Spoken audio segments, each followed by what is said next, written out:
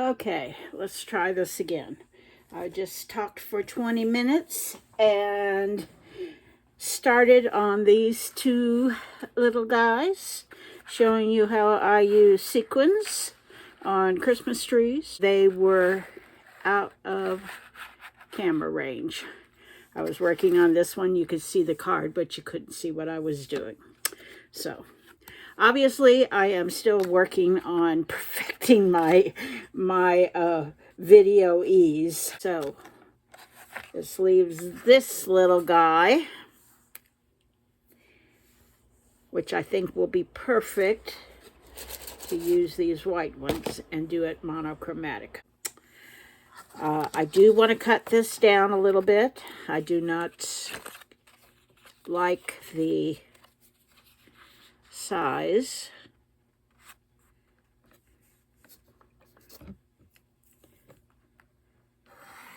And I am not very good at doing a straight line. As if you see me working, that's generally what my problem is.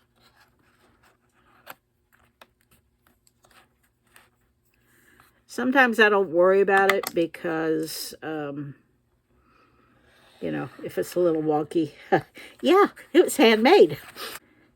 But anyway, I just have to make them the way I see them and see how they turn out. Hopefully people will like them. I never know. Every once in a while I get vintage cards. And I had, gotta be from the 50s. I had pink snowmen. And I was like, oh, this is so weird. But I went ahead and made it because it was vintage. And somebody just fell in love with it. I think they collected things from that era. But anyway, like I said, you just have to make them and see how they turn out. Even with sort of marking that up, I still didn't get it completely straight. That's one thing that putting trim on them is good for, because it disguises little issues.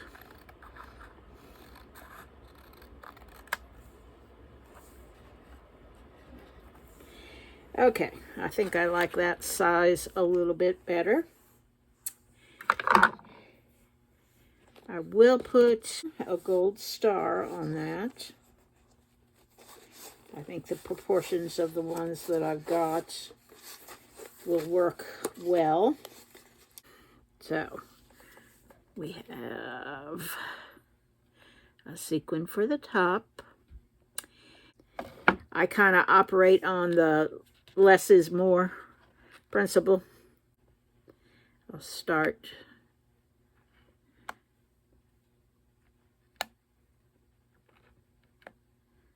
with these and then see what I think.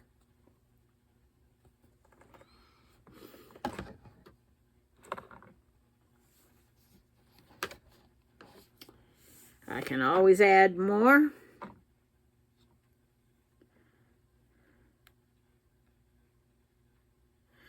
I'm going for a little bit of sparkle.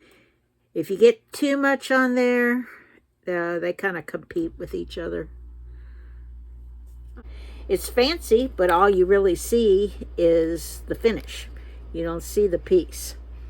It overshadows the design as far as I'm concerned, and I don't want to do that with my ornaments, especially as they're obviously smaller, and the smaller they are, the simpler I think they need to be. Learn to trust your eye. Your eye will tell you if there's something wrong with it. And you might not know what it is, but you'll know that there's something wrong. And most of the time when I get to that point, I put it aside and look at it. I think that's about what I'm going to go with. I don't want to get too much more than that. And with this, I will probably put a fairly fancy trim on it. I think it can carry it. I'll have to see when I start pulling, once I've got it mounted and pull out trims and stuff.